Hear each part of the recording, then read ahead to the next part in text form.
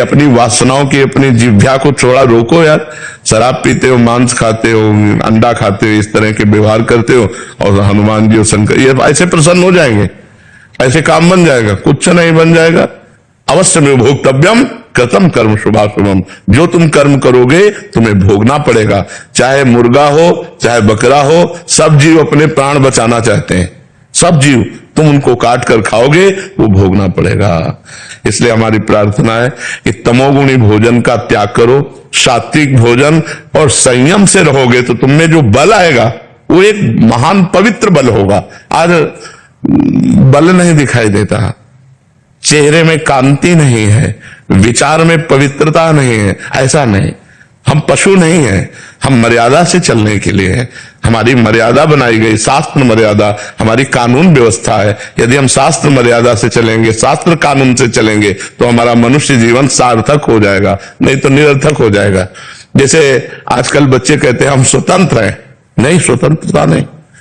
माता पिता की आज्ञा की परतंत्रता, शास्त्र की आज्ञा की परतंत्रता, गुरु की आज्ञा की परतंत्रता, कानून की परतंत्रता, अगर ये स्वीकार करोगे तो स्वतंत्र हो जाओगे। अगर मनमानी करोगे तो परतंत्र हो जाओगे। मनमानी स्वतंत्रता नहीं होती, मनमानी इंद्रियों की परतंत्रता होती। जो इंद्री कहती वही हम कहते हैं।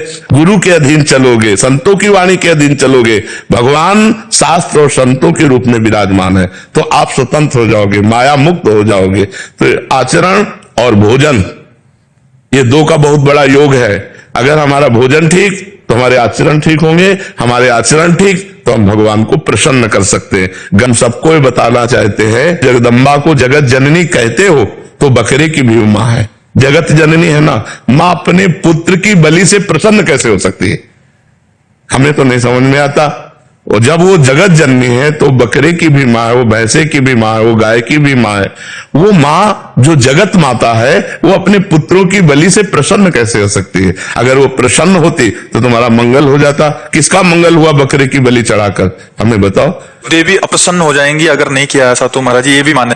अगर वो अपने स्वरूप में आ जाए तो सबको चाट जाए उनको। वो तो महाकाली है, महाकाल स्वरूप भी है, तो वो दुष्टों का संहार करने के लिए रूप माता जी ने धारण किया। वो दुष्टों का खून पिया, जो संसार के पवित्र जीवन जीने वालों के लिए वो मृत्यु काल रूप थे। जैसे महिषासुर, शुंभ निशुंभ, रक्त बीज, माता जी ने इनका संहार किया। इन बकरी बकरों का थोड़ी संहार करने से माता जी प्रसन्न हो जाती है। ये तो मूर्खता है, कोरी मूर्खता है। कभी माता जी प्रसन्न नहीं होती। हमें लगता है कभी ऐसे कार्य नहीं करने चाहिए और ये सोचो कि मां प्रसन्न हो जाएंगी। मुझे ऐसा नहीं लगता।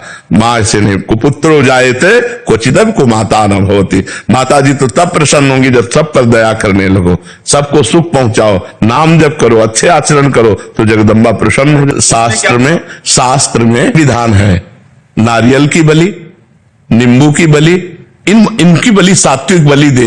आप कच्चा नारियल की बलि दे सकते हैं, तो ये भी बलि तो मानी जाती है। ये सब मनमानी आचरण है, इससे देवी प्रसन्न नहीं होती है। और देवी को रक्त चाहिए तो चराचर जीवों के हृदय में देवी विराज। देवी प्रपन्नार्थ हरे प्रसीद प्रसीद मातर जगतो खिलस्य प्रसीद विश्वेश्वरी पाय विश्वम तुमीश्वरी देवी चराचरस्य।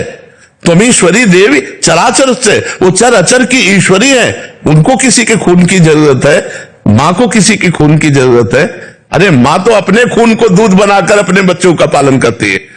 मां शब्द कितना महान है, वो अपने शरीर के रक्त को दुग्ध में परिवर्तित करके अपने बेटे का पालन करती है। वो दूसरों का रक्त पान कैसे कर सकती है? ये दुष्टों के रक्त पान किए माता जी ने, जो समाज के लिए कलंक थे, जो समाज का द्रोह करके समाज को नष्ट करने में लगे थे। ऐसे राक्षसों को माता जी ने मारा है। शुंभ निशुंभ, रक्त बीज, महिषासुर। ऐसे नहीं है कि गलत सिद्धांत से न चले, नहीं तो नरक की प्राप्ति होगी। कि अगर हमें कामना की भी पूर्ति चाहिए तो हमको गलत आचरण छोड़ने पड़ेंगे, क्योंकि हम जो कामना की पूर्ति चाहते हैं उसमें पाप आचरण बाधा पहुंचाएंगे। पाप का फल दुख है, पाप का फल विपत्ति है, पाप का फल संकट है। यदि आप मुर्गा मुर्गी खाते हो तो पाप कर रहे हो, और वो पाप आपकी कामनाओं को पूर्ण नहीं होने देगा। चाहे हनुमान जी के पास जाओ, चाहे राम जी के पास जाओ, जहां भी जाओगे जीवों की हिंसा करते हो, जीवों को दुख देते हो, गंदा आचरण करते हो, गंदा भोजन पाते हो, तो भगवान प्रसन्न नहीं होने वाले। और आप किसी मंदिर न जाओ,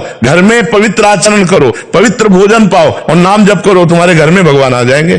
कहो सो कहां जहां प्रभु नाही, हरि व्यापक सर्वत्र समाना, प्रेम ते प्रगट होए मैं जाना। तो प्रेम कहां से आ जाएगा जब अपराध करोगे। इसलिए सब जो कामना भी पूर्ति चाहते हैं तो उनको चाहिए कि गंदा भोजन और गंदे आचरणों का त्याग करें, तो उनकी कामना जल्दी पूर्ण हो जाएगी, निश्चित पूर्ण हो जाएगी। तुम्हारी अंगुली काटे तुम्हें कैसा लगेगा? दर्द नहीं लगेगा। उन जीवों को देखो, एक चींटी के भी पीछे अंगुली लगा के देखो, ऐसे वो भाग रही है अपने प्राण रक्षा के लिए। क्या उनमें जीव नहीं है? क्या मुर्गा अपना प्राण बचाना नहीं चाहता? क्या पशु पक्षी प्राण बचाना नहीं चाहते? और जिनको यह है कि अगर हम खाएंगे नहीं तो सृष्टि बढ़ जाएगी, तो तुम अपने बैलेंस की चिंता करो। तुम्हारा बैलेंस जब परमात्मा बनाएगा तो तुम्हारे होश उड़ जाएंगे। वो परमात्मा का 3 कार्य है: सृष्टि रचना, सृष्टि पालन करना और सृष्टि का संहार करना। वो भी अपने आप में लय कर लेता है। वो प्रलयंकारी परमात्मा है, वो काल का भी काल है, वो महाकाल है। वो जिस समय जैसा चाहता है वैसा अपना बैलेंस बनाता रहता है। सृष्टि का बैलेंस बनाना उसका कार्य है, हमारा कार्य नहीं है। हमारा कार्य है उसकी आज्ञा के अनुसार चलना। हम मनुष्य, हम राक्षस नहीं है। तो हमें सबसे प्रार्थना है कि मांस, मदिरा, अंडा, बुराई, स्त्री से बेविचार, इनका त्याग करो तो तुम्हारा जीवन सुखमय हो जाएगा।